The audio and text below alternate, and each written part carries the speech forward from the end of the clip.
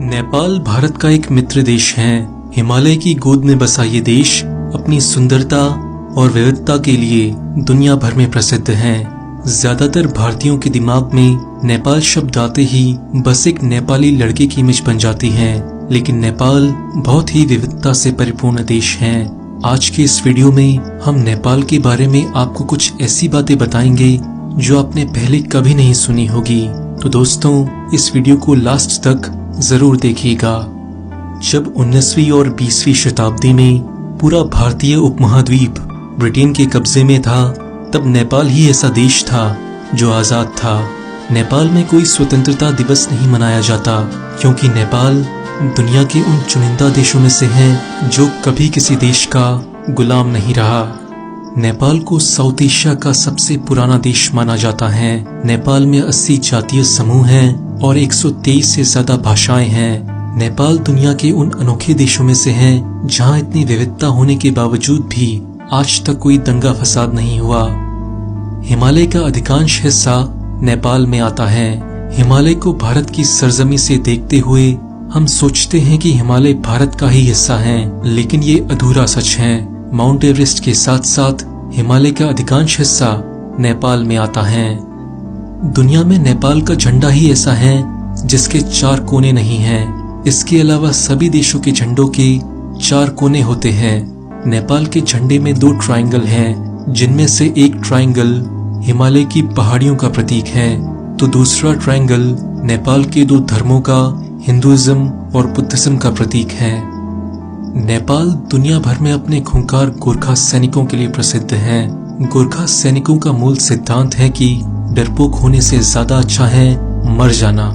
भारत की आजादी के समय ब्रिटेन की आर्मी गोरखा की बहादुरी से इतनी प्रभावित हुई कि वो अपने साथ बहुत सारे गोरखास को ब्रिटेन ले गई, और आज भी ब्रिटेन की आर्मी में गोरखास की संख्या 4000 से ज्यादा है। आज इंडियन आर्मी में गोरखा की 7 रेजिमेंट और 40 बटालियन हैं, जिसमें 40,000 से ज्यादा गोरखा भारत की रक्षा करते हैं। अगर गोरखाओं की बहादुरी की बात करें तो ब्रिटिश आर्मी के दी प्रसाद का नाम तो दुनिया भर में प्रसिद्ध है। उन्होंने 17 सितंबर 2010 की रात को अफगानिस्तान में अकेले ही 30 तालिबानी आतंकवादियों को मार गिराया था, जिसके लिए उन्हें ब्रिटेन की महारानी से मेडल भी मिला था।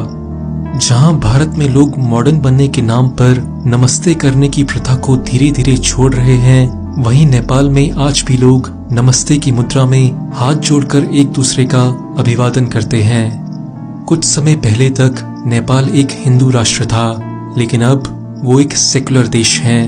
गाय नेपाल का राष्ट्रीय जानवर है। नेपाल में गाय को बहुत पूजनीय माना जाता है और उसको मारना और खाना नेपाल में इल्लीगल है। यही कारण है कि गाय आपको काठमांडू की सड़कों पर घूमती हुई मिल जाएगी।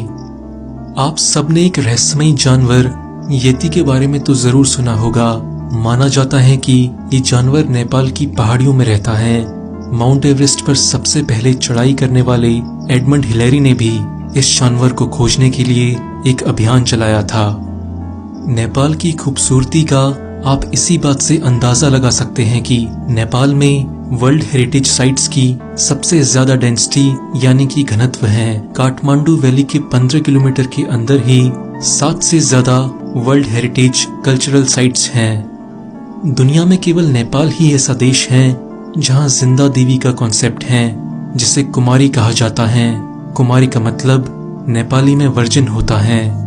भगवान बुद्ध का जन्म नेपाल के लुम्बिनी में हुआ था। इस जगह दुनिया भर से बौद्ध धर्म के अनुयायी आते रहते हैं। नेपाल में भगवान बुद्ध के प्रति लोगों में जबरदस्त श्रद्धा की भावना देखी जा सकती है।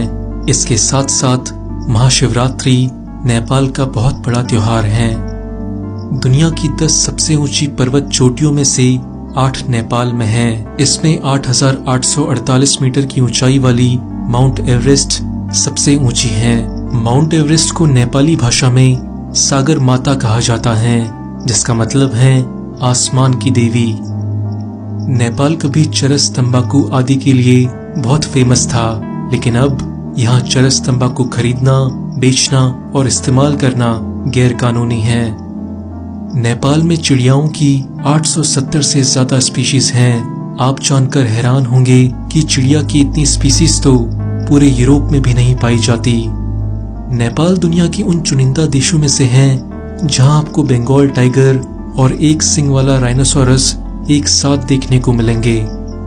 54.6 सेंटीमीटर की हाइट वाला दुनिया का सबसे छोटा आदमी चंद्र बहादुर नेपाल का ही है। रामायण की मुख्य पात्र सीता माता का जन्म स्थल मिथिला नेपाल में ही है। नेपाल का सबसे फेमस फास्ट फूड मोमोज है।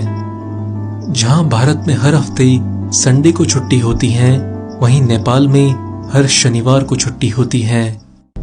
दोस्तों, आज की वीडियो में बस इतना ही। आगे आने वाले वीडियोस हम इससे ज्यादा अच्छे बनाएंगे।